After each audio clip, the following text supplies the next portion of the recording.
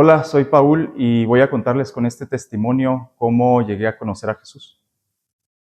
Todo empezó cuando tenía 16 años, este camino por descubrir y tratar de responder a esas preguntas que yo tenía a esa edad, por ejemplo, ¿qué hay más allá? ¿Qué estamos haciendo aquí en la tierra? Y utilicé una herramienta que tenía a la mano, una herramienta intelectual que era la filosofía. En ese tiempo leía filosofía griega, alemana, para tratar de entender a través del marco del pensamiento lo que hay más allá, si existe Dios. Sin embargo, las preguntas subsistían. Nunca fue suficiente ese entendimiento intelectual. Se abre una oportunidad, si así le podemos llamar, pero en realidad pues fue un momento de aprendizaje muy importante en mi vida. Se me invita a la masonería. La masonería la entienden o se quiere entender ella misma como una fraternidad donde la gente que ahí se acerca está dispuesta a autoconstruirse, a pulirse, a ser mejores personas cada día. Y dentro de eso implícito ir descubriendo y desentrañando los misterios de esta vida. Porque al ser un grupo, digamos, secreto, porque no cualquiera puede entrar, es solamente por invitación, según esa fraternidad, ahí se guardan los grandes secretos de la vida.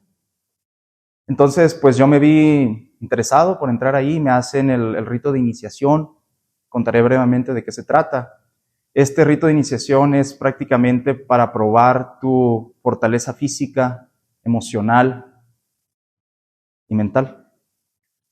Me recogen un día en la calle, encapuchado, a las 9:10 de la noche, y me llevan a yo no lo sabía, pero era un panteón, y me acuestan sobre una lápida en el panteón, me quitan la venda, la capucha, no recuerdo qué era, y me dicen las personas que me inician, no voltees hasta que nosotros nos vayamos.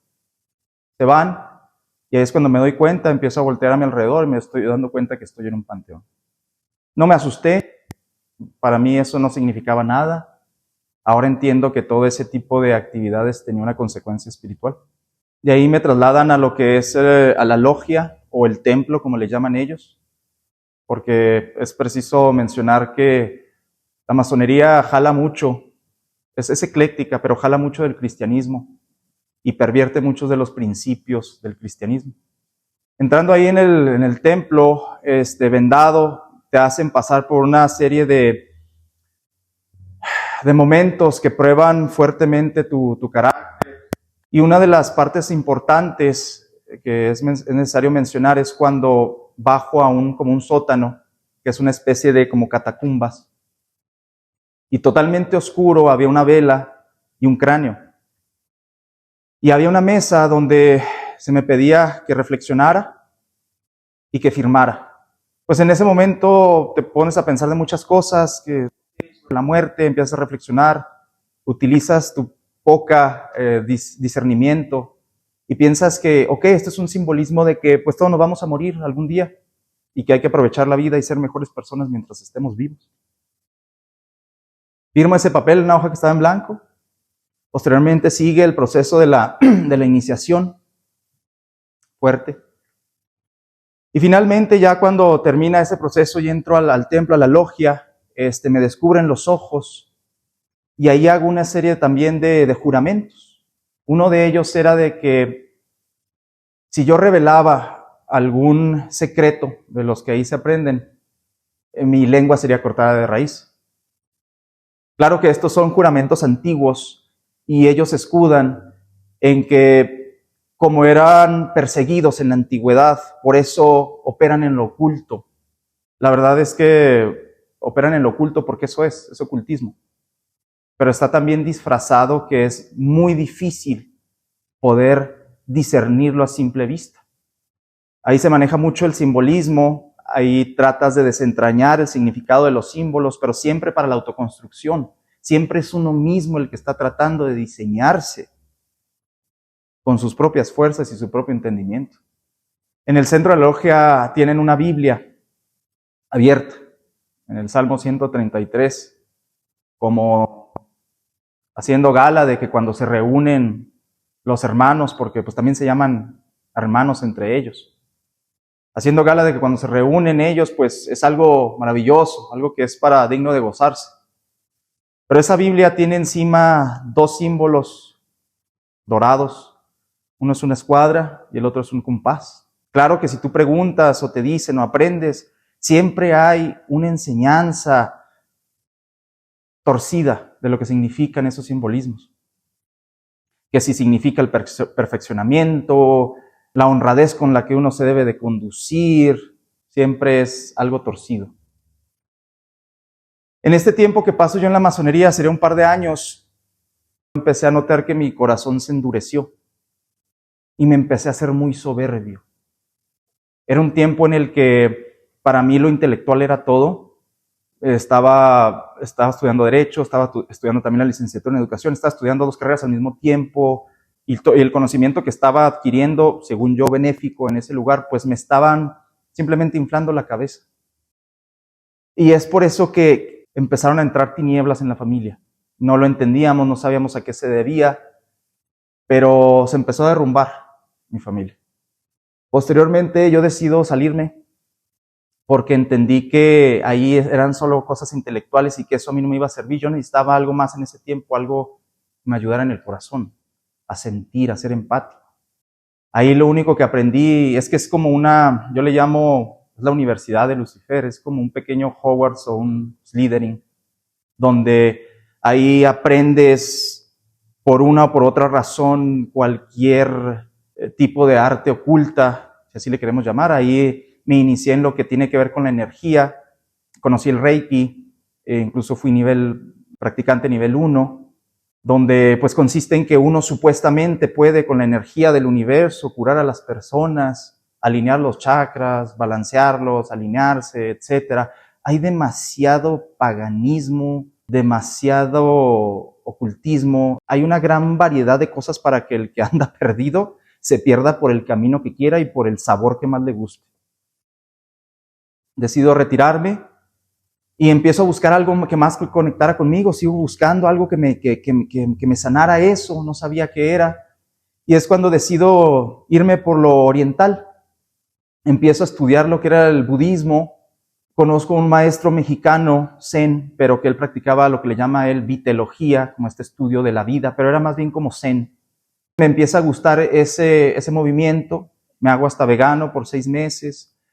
Entro muy fuerte en la meditación, hacía muchas meditaciones y respiraciones, leía de Osho, hacía respiraciones que él recomienda en sus libros. Estaba obsesionado con la meditación, porque traía yo esta idea de que si yo podía desconectarme de todo eso que hace daño, podía vivir una vida en paz. Entonces empiezo a tratar esto de los chakras, a alinearlos, a balancearlos, sin saber yo que lo único que estaba haciendo era invitar energía demoníaca a mi vida. Y seguí, lo único que pude hacer es pues apoyarme en lo que tenía a un lado. A mí nunca me faltó nada, mis padres siempre proveyeron, pero nunca estuvo Dios en medio. Entonces siempre andaba yo buscando de liana en liana, colgándome de algo nuevo, de nuevas terapias, de nuevas investigaciones, de nuevas formas de ver la vida, para buscar eso que me faltaba y que yo no sabía que era Dios. Es en este tiempo cuando me meto más de lleno en todo el hinduismo y empecé a estudiar mucho a los maestros orientales, a Muji, Gangaji, y luego autores que traen toda esta filosofía New Age que en realidad está bien mezclada con el hinduismo y que lamentablemente son autores muy famosos ahorita y que mucha gente los está leyendo. Estoy hablando de Eckhart Tolle, Wayne Dyer, Deepak Chopra, y todas esas cosas me sirvieron por un tiempo. Louise L. Hay, con sus cosas de las afirmaciones, con sus libros de Tú puedes sanar tu vida. Entonces era una filosofía como de que tú te puedes sanar a ti mismo, pero solo visualiza, mentaliza, prográmate. Posteriormente contraigo matrimonio. Decidimos antes de casarnos ir con un grupo a que nos limpiara de malas vibras, envidias, ya saben, esas tonterías. La ceremonia espiritual de mi boda fue presidida por una chamana maya, porque así lo decidí yo, así lo sugerí yo. Entonces, también no me estaba dando cuenta que estaba invitando a mi vida y a mi matrimonio energías negativas, espíritus inmundos. Durante mi matrimonio empiezo a tener muchos problemas porque pues yo no estaba bien. Había algo en mí que siempre lo estaba estropeando todo. Es aquí cuando empiezo a probar lo que le llaman la medicina alternativa. Empecé leyendo a Jodorowsky, su libro de la psicomagia. También intenté consultar incluso llegué a probar la cartomancia, porque no encontraba las respuestas a lo que me sucedía. Intenté también la cosmobiología, si así se le puede llamar, este estudio del porqué de las cosas, que tiene que ver con los astros y las energías del cosmos. Empecé a entender que quizá lo que a mí me sucedía no era mío, venía de alguien más. Entonces empecé a estudiar el tema de la genealogía, del árbol genealógico, de la metagenealogía, y es así como llegué a una nueva terapia, se pudiera decir, diseñada o modelada por un psicólogo alemán que se llama constelaciones familiares. Estuve enganchado bastante tiempo en las constelaciones familiares porque pues eran impresionantes, la verdad. Eran bastante impresionantes. En una sesión es grupal, puede haber un grupo de 10, 12, 14 personas y todas fungen o llegan a cumplir un rol, un papel. Por decir, si yo voy a analizar algo de mi pasado, no sé, algo que sucedió en mi árbol genealógico, yo elijo a alguna de las personas que están ahí para representar a mi padre y a mi madre. Pero cuando uno lo hace, no lo hace desde el intelecto. Hay algo que se mueve ahí, que hace, que le dice a uno, ve y escoge esa persona. Y esas personas que tú escoges para representar a tu padre y a tu madre, empiezan a actuar y a pensar y a sentir como lo hacen tu padre y tu madre. Entonces algo se vuelve algo asombroso, porque es una dinámica como de escudriñar la dinámica familiar para poder resolver los problemas de uno, lo del matrimonio, lo del trabajo. Pero ya después llegué a entender que eso está guiado por espíritus familiares. Ese conocimiento es sobrenatural y sin embargo es una práctica que ahorita se está extendiendo mucho, porque la gente quiere arreglos rápidos, ya no quiere...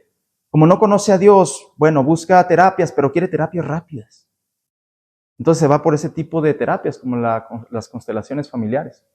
También intenté una terapia con una terapeuta de Guadalajara que se llama Psyche, Psy de intelecto, de la psique, que era prácticamente una supuesta programación del subconsciente para quitar ataduras mentales, traumas, cantidad de cosas, y tampoco me funcionó. También me meto muy fuerte en lo que es la ley de la atracción, porque empecé a estudiar ese tema, me llamó mucho la atención porque ese mundo te hace entender que tú eres el responsable y solo tú de tu vida. Y como piensas es el resultado de tu vida. Y está muy ligado a la energía, que lo que tú piensas o lo que tú vibras es lo que atraes. También me metí mucho en eso, compré libros, leí mucho y tampoco, no hubo ningún cambio. Es así cuando ya mi matrimonio estaba muy quebrantado y yo decido una última terapia o una última solución. Había escuchado hablar de la ayahuasca. La ayahuasca es una serie de raíces de unas plantas de allá del sur, Brasil, Perú, que los antiguos indígenas nativos de esos lugares las hacían en brebaje y se las tomaban. Y era en realidad una fiesta psicodélica. Todo esto con el fin de que uno supuestamente entre en su subconsciente y analice de dónde están viniendo todas esas fallas, resolver los traumas de la niñez, resolver traumas actuales. Viajo 16 horas, vengo a una ciudad que se llama Cuauhtémoc, Chihuahua, a tomar esa terapia, esa ceremonia. Se suponía que iba a venir un chamán de Perú, no se pudo presentar, la dirigió la psicóloga. Es que ahorita muchos psicólogos están yendo por eso de las terapias alternativas, es muy grave. Entonces esta psicóloga me dice, yo presido la ceremonia, no te preocupes. Y toda la gente que iba a ir, de todo el grupo, porque iba a ir el chamán, nadie fue. Yo fui el único que me presenté, a pesar de que no iba a ir el supuesto chamán, y a pesar de que ya no iba a ir toda la gente. Era tanta mi desesperación por arreglar mi matrimonio que pensé que esa era la solución. Me costó, fue muy grave, fue un gran error. Y me gustaría describirlo porque es algo también que ahorita los jóvenes están probando mucho. En esta como especie de aire de libertad y de buscarse y de encontrarse. Por eso creo muy necesario explicar qué es lo que sucedió ahí. La ceremonia empezó a las 9 de la noche y yo tomo la ayahuasca. Empiezo a sentir los efectos y yo inmediatamente pues me recuesto porque ya estaba entrando en ese trance psicodélico. Lo primero que empiezo a ver es como un mundo, como la película de Avatar, todo así tridimensional, muy bonito. La psicóloga con un tambor chamánico empieza a tocarlo. Y al ritmo de la música del tambor chamánico veo yo, así estando yo acostado, una serpiente verde, un color fosforescente, grande, ancha, que se viene acercando, arrastrándose y viene como danzando al ritmo del tambor chamánico. Y veo cómo se me acerca esa serpiente a mi cuerpo. Entonces esa serpiente entra y cuando entra esa serpiente empieza toda la fiesta psicodélica, las alucinaciones. Es muy extenso el tema, pero lo que sí me gustaría hacer hincapié es que hubo un momento en que se aproxima de mi lado derecho un ente, digamos, un ser que venía flotando. Si lo pudiéramos describir sería así como Voldemort de Harry Potter. Pero nunca me ve a mí, siempre los está viendo a ellos dos, a los terapeutas. Y me usó a mí de medium. Ese espíritu estaba tratando de decirles a ellos un mensaje. Y me decía, diles paz. Entonces yo, de alguna manera yo decía, oh, ¿qué están transmitiendo? Está transmitiendo un mensaje de paz. Entonces todo esto espiritual es bueno. Pero teniendo un buen discernimiento, un ente que se ve así oscuro, diciendo paz, ahí puedes discernir el engaño. Esa ceremonia que empezó a las 9 de la noche terminó aproximadamente a las 5 de la mañana.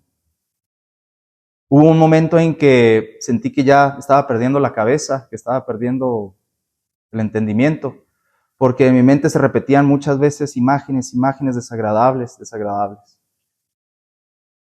A partir de ahí, el mismo día, esa misma noche, cuando voy a dormir y que cierro los ojos, empiezo a tener visiones como figuras demoníacas cuando cerraba los ojos y no pude dormir esa misma noche.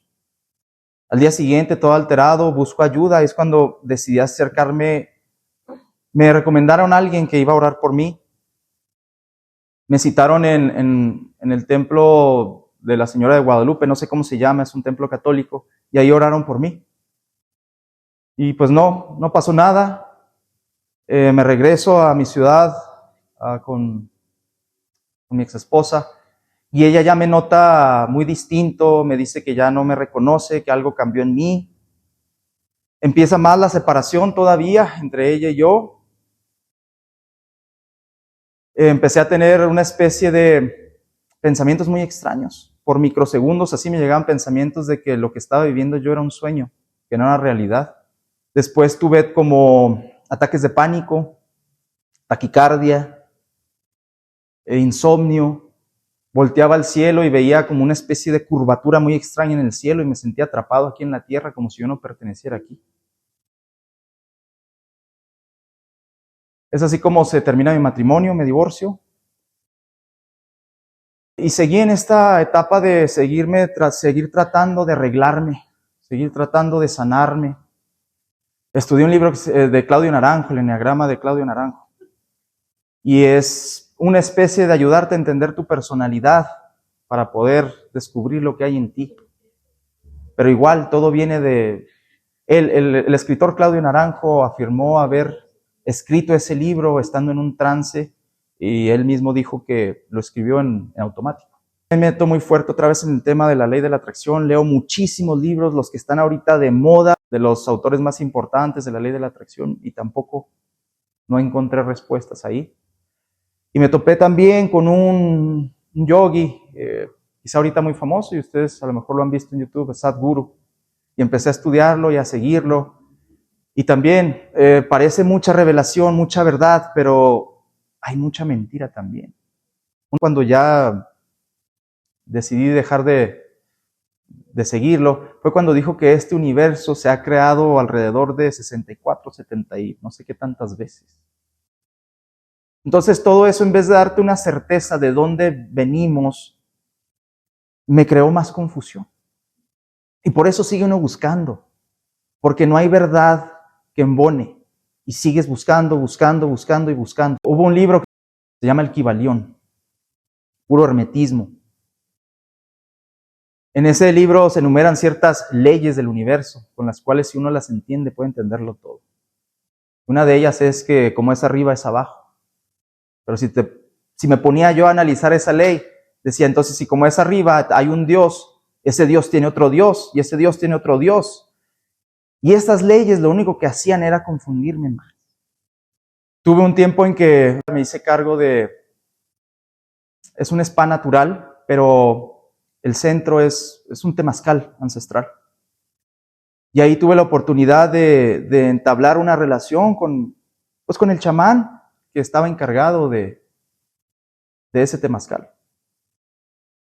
Ahí conocí esta otra mentira del llamador de ángeles, un colguije, que supuestamente si lo cargas, llamas a los ángeles. La misma noche que me lo pongo, esa misma noche, tengo una visita. Creí que era buena. Posteriormente, la siguiente noche que me lo puse, ahí fue cuando dije, no, esto ya está extraño, porque a las 3 de la mañana, igual que la primera vez, llegan y me tocan las puntas de los pies. Nada agradable. Intenté hipnosis, regresión, audios con ciertas frecuencias para supuestamente estar en la frecuencia del universo. Intenté todo eso y tampoco funcionó. Y el año pasado leí dentro de la lista el último libro que decidí leer de eso. Se llama Conversaciones con Dios. Ese libro parecía decirme la verdad sobre quién era Dios. Pero ahora entiendo que Satanás es muy hábil. Y cuando te da 3 cosas, 3, digamos, verdades, las 2 son verdad, pero la tercera es mentira. Y como tú ya tomaste las primeras 2 como verdades, esperas que la tercera también sea una verdad. Pero si esa verdad la dejas crecer en tu mente y en tu corazón, te puede echar a perder todo. Es un cimiento de arena el que te da. Algo que me llamó mucho la atención de ese libro es que decía que el infierno no existía, que solo existía el cielo. Y que todo mundo, incluso Hitler, había ido al cielo. Ese libro por un momento me dio una estabilidad, una paz, una calma, porque sentí que estaba encontrando verdaderamente quién era Dios. Pero me sentía aún así vacío, me sentía vacío.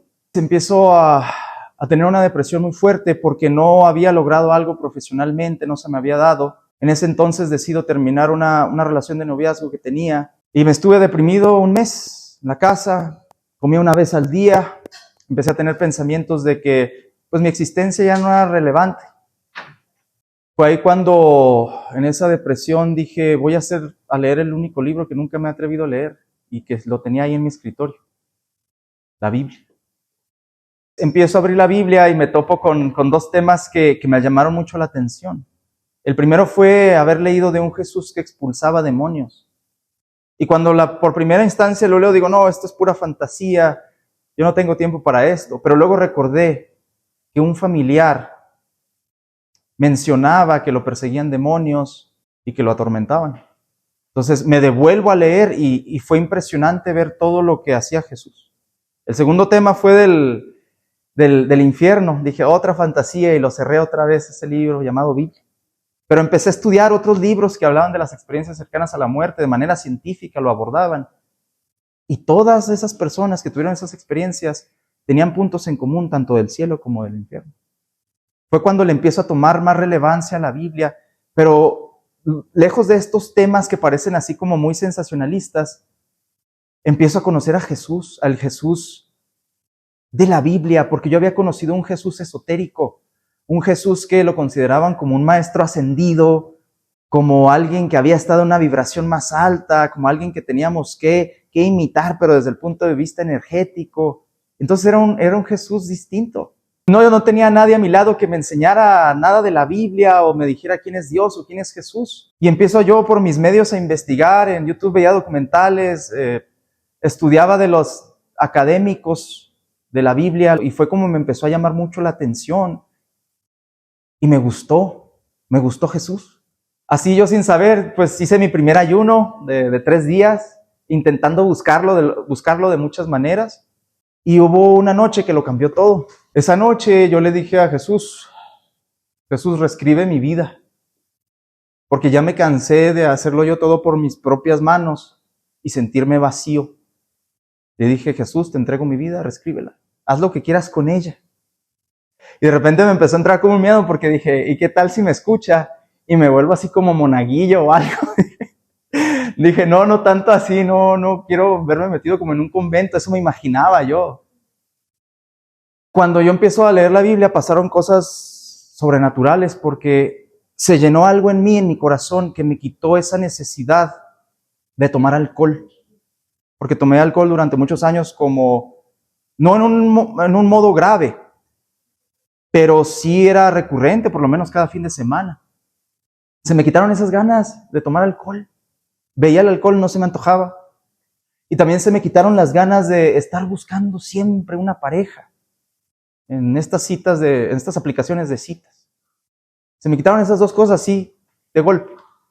Y fue cuando empecé a entender que había algo sobrenatural que me estaba sanando, que me estaba cambiando. Fue así como Dios empezó a moverse en mi vida. Y por mi hermano de sangre, él tenía un amigo que hoy es mi hermano, se llama Felipe. Mi hermano le platica que yo me estoy adentrando en el cristianismo y él inmediatamente le dice, déjame hablar con él. Me manda un WhatsApp y me dice, oye, me platica más o menos su historia, pero me dice algo que me atrapó. Me dijo, yo no vengo a hablarte de una religión, vengo a invitarte a que tengas una relación personal con Jesús. Y eso me atrapó. Dije, esto es lo que necesito. Esto es lo que he estado leyendo en la Biblia. Quiero eso, no quiero religión. Quiero una relación personal con Él. Y es así como llego a un lugar, me invita a su congregación. Nunca me imaginé que fuera a encontrar una iglesia como las que yo había visto en internet, que quería, que para mí estaban apegadas al texto bíblico. Y que vamos llegando a esa iglesia, se llama Centro de Fe, Esperanza y Amor. El día que entré allí fue mi primer encuentro con Jesús, porque fue el día que recibí el abrazo de un Dios vivo. Ese día Él me limpió de todo lo que yo venía arrastrando y todos los vacíos esos que tenía. Él me hizo saber aquí en un servicio, me hizo saber que Él me estaba abrazando y que me estaba perdonando de todo lo que había hecho y que me estaba llenando todos esos vacíos por los cuales yo busqué a Dios en lugares equivocados. Fue algo extraordinario, sobrenatural, y lo que yo ya había creído y entendido de religión o de Jesús era en un plano intelectual, pero ese día Él lo cambió todo. Una semana y media después, se da la oportunidad o el momento en que iba a tener mi segundo encuentro con Jesús. Me refiero a mi liberación. Y me comentaron del plan de salvación, de qué es lo que Jesús había hecho, o por qué había venido y qué había hecho para nosotros. Una noche antes, me sudaban las manos, estaba pensando 2 veces si ir. Todo lo que había hecho antes en mi vida, nunca nada me había dado miedo, nada. Pero esto, una noche antes, me daba miedo. Ahí entendí que el que le daba miedo no era a mí. Lo iba a entender después. Ya estando en ese momento, el Espíritu Santo se hizo presente inmediatamente.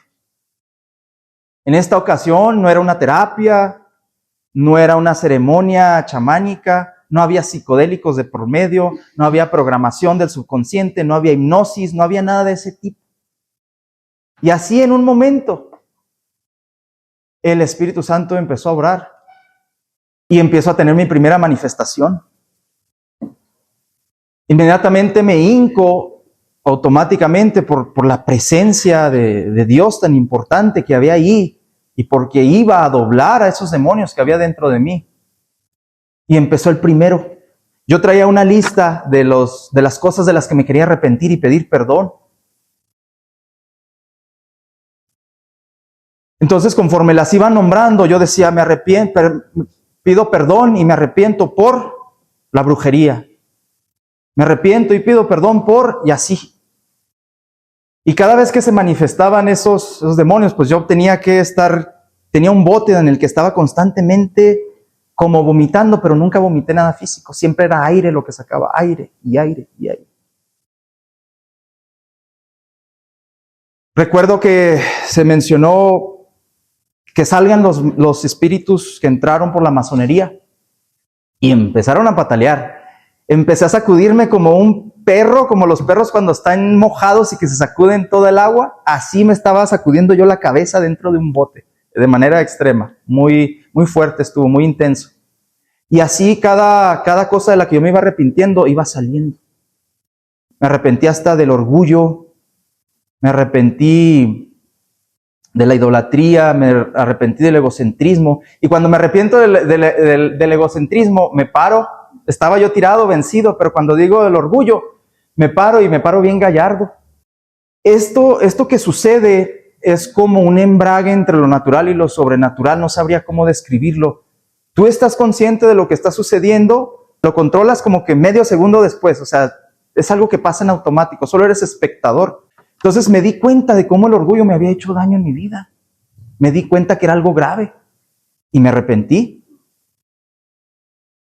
Es muy larga la lista, solo voy a nombrar lo que considero lo más importante. Cuando mencionan al espíritu de brujería, mis manos se empiezan a mover automáticamente y empiezo a hacer como hechizos. Pero cuando el hermano Juan decía, sale en el nombre de Jesús, ese espíritu salía. Posteriormente mencionaron el del chamanismo y ahí en ese momento como que sentí la personalidad de un chamán, pero era una personalidad andrógina. No me sentía como hombre y mujer a la vez, chamán y chamana. Me arrepentí por el pecado de la adivinación, de cuando hice cartomancia, consulté el tarot y también una manifestación fuerte de un espíritu. El que más nos impactó a todos fue cuando insistíamos con los de la masonería y no salían. Y cuando se mencionó a Lucifer, yo que estaba vencido en el suelo, automáticamente recobro como que todas las fuerzas. Y lo que estaban orando los hermanos, dejé de escucharlos. No se escuchaban sus voces. Y como que Lucifer se personificó a través de mí. Recuerdo que me siento y volteo a ver mi reloj, como pensando a ver a qué horas acaban estos. ¿Qué están haciendo? Esto que están haciendo no me puede hacer daño, no me puede tocar, no me va a hacer nada.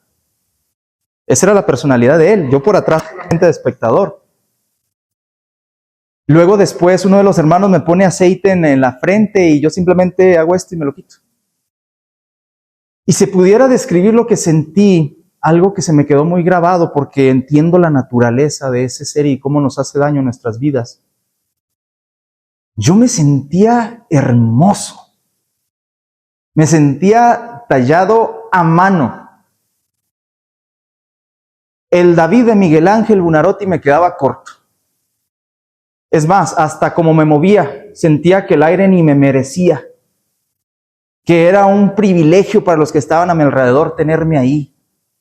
Era una vanidad excesiva, un orgullo excesivo y una soberbia tan excesiva que ni siquiera estaba escuchando la palabra de Dios cuando los hermanos estaban orando por mí. De repente todo eso que yo sentía que era muy agradable y que quería sentirme así porque me sentía agradable, bellísimo, empecé a sentir una maldad hacia mi hermano que estaba liderando la liberación, y lo empecé a ver con unos ojos tremendos de maldad, con la intención de escudriñar su mente y decirle algo que solo él sabía que lo iba a quebrar. Pero inmediatamente él puso su índice y medio en mi abdomen y dijo: sales en el nombre de Jesús, libre en el nombre de Jesús. Y ese Lucifer que se creía tan poderoso estaba doblado en el suelo. Ahí entendí que esos rasgos luciferinos habían estado en mí durante mucho tiempo, la soberbia, el egoísmo, y me habían hecho mucho daño en mis relaciones personales, de matrimonio, de trabajo. Pero también pensé en todas esas personas que tienen esas características. Es algo grave. También fue expulsado el espíritu de la serpiente, ese mismo que me había entrado en la ayahuasca. Me retorcía ahí en el piso como una serpiente. En fin, fue muy extenuante, no sé si duró 30, 40 minutos. Al final estaba frío. Pero lo que nunca se me va a olvidar es ese encuentro con Jesús que tuve al final. Porque yo, estando así con los ojos todos llorosos, volteo así a ver la lámpara de la habitación y veía así pues los rayitos de la luz, ¿verdad? Pero sentí esa presencia de Él. Pero esta vez no era una presencia de amor como la que había sentido en ese servicio el 1 de marzo, donde me había abrazado y me había limpiado y me había abrazado y me había cogido y me había dicho: aquí estoy y te perdono. Esta era una presencia de autoridad. Era una presencia como si fuera de un caballero, de un general de alto rango, que vino a liberarme de todo eso que me había hecho daño en mi vida y que yo no sabía que tenía dentro. Entonces ahí descubrí al Jesús libertador. Ese fue mi segundo encuentro con Jesús. Esa misma noche que llego a mi casa, estoy sentado, emocionado porque dije, es que ya sabía en el plano intelectual que existía, ya lo había experimentado con ese abrazo y experimenté su poder libertador. O sea, ya no era necesario que me dijera: mira, aquí está por si dudabas. Y yo previamente había estudiado mucho el tema de la crucifixión y el porqué de las formas, pero no me quedaba claro por qué había muerto por nosotros en la cruz. No me quedaba claro, no lo entendía. Sí lo entendía intelectualmente y lo podía recitar, y podía recitar lo que decían algunos autores, la exégesis del porqué, pero no lo sentía yo propio, no podía apropiarme de ese saber. Y estando yo en esa cama sentado, esa noche, tan emocionado, tan lleno, tan admirado por lo que había sucedido, porque me sentía que había como descubierto algo que nadie había descubierto. O sea, sentía que hice el descubrimiento del siglo y necesitaba contárselo a todos. Así me sentía. Y estando yo ahí, digo: Dios mío, es tan grande y tan bonito esto, que si yo ahorita tuviera $1 millón en el banco y alguien me dijera: te quito ese $1 millón y aparte te vas a ir a la calle, con tal de que solo una persona conociera quién es Jesús y que lo experimentara como yo lo experimenté, lo hago. Y era tanto esa necesidad de saber a Jesús, que también dije: Jesús,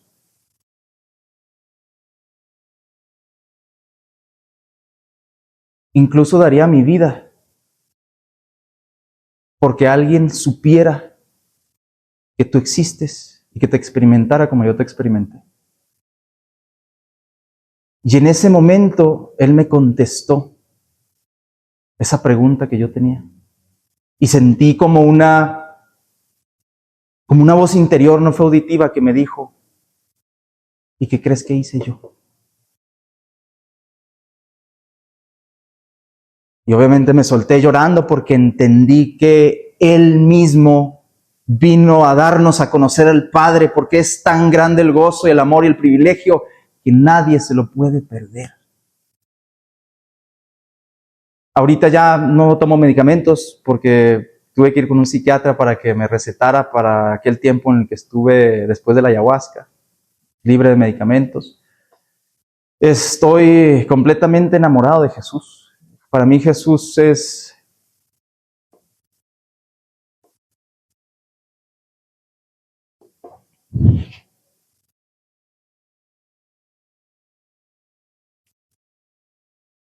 era esa respuesta que estuve buscando mucho tiempo.